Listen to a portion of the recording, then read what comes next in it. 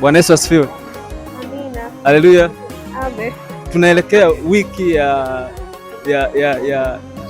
CMF kitaifa. Wewe kama mshirika wa DIC unaizungumziaje wiki hii? Kwa kweli na furaha sana, naamini kutakuwa na mambo mazuri ambayo wanaume wa DIC wametuandalia, na sisi tuko tayari kama WWK, tuko tayari kuhudhuria siku zote za semina na hadi Jumapili kwenye kilele. Tutakuwa na Boaz Duncan ambaye ni mtumishi wa Mungu kutoka Mwanza, na wewe uko kwenye huduma ya sifa na kuabudu hapa kanisani. Unamzungumziaje mtumishi huyu? Kiukweli mimi nafurahi kama atakuwepo siku ya Jumapili kwa ajili ya kutuhudumia. Ni furaha sana. Mungu akubariki sana. Wewe kama mshirika wa kanisa unategemea nini kutoka kwenye wiki ya CMF? Nategemea kumwabudu Mungu kwa viwango vya juu zaidi na kukutana na Mungu kwa namna ya tofauti zaidi. Nakupa nafasi 3 uweze kukaribisha marafiki zako ambao unawapenda. Rachel Kahesia, karibu.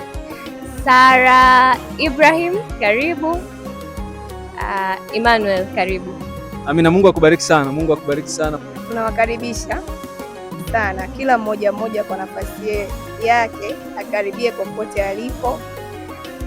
Kaka zetu, baba zetu wamejiandaa vizuri sana na wiki yao, na wamechagua kugusa sehemu nyeti, sehemu za mikopo, sehemu za uwekezaji ambazo vijana tunahitaji, watu wazima wanahitaji, kila mmoja kwa nafasi yake. Kwa hiyo tunawakaribisha wote. Sasa mimi nataka nikupe dakika moja ya kuielezea wiki ya CMF itakayoanza tarehe 27 wiki ijayo, lakini wale unaowapenda sana uwakaribishe kwenye hii wiki ya CMF. Kwanza wiki ya CMF tumeandaliwa vitu vizuri. Tuna mchumi mzuri anakuja kutufundisha mambo mazuri.